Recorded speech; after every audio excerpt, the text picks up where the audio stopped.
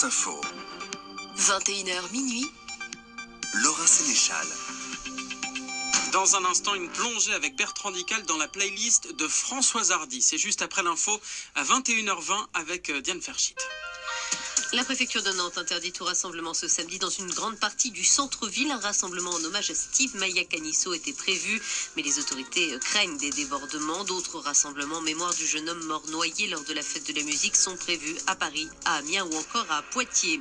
L'incendie qui a détruit près de 500 hectares de végétation ces derniers jours à Générac dans le Gard est d'origine criminelle selon le parquet de Nîmes.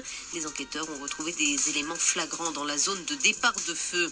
De nouvelles règles pour bénéficier de la prime à la conversion. Les plafonds d'émission des nouveaux véhicules sont revus à la baisse, 116 grammes au kilomètre contre 122 précédemment. Cette aide financière ne s'applique plus désormais aux véhicules de plus de 60 000 €. Amazon France confirme son intention de répercuter la taxe GAFA sur ses services aux entreprises. Nous n'avons pas d'autre choix, affirme la filiale française du géant américain. Une répercussion qui touchera les tarifs des services sur sa plateforme de vente en ligne.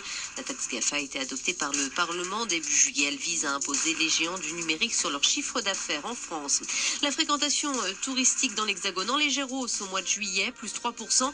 Ce sont surtout les destinations fraîches qui ont profité de l'afflux de vacanciers, la Bretagne, la Normandie ou encore la façade atlantique. Et puis l'île de Mayotte s'est enfoncée de 15 cm. Elle subit également un déplacement vers l'est de 18 cm selon le vulcanologue Jacques-Marie Bardinzef, interrogé sur France Info. En cause, un volcan sous-marin découvert en mai dernier dans l'océan Indien. Il ne grandit plus mais continue de s'étendre. France Info.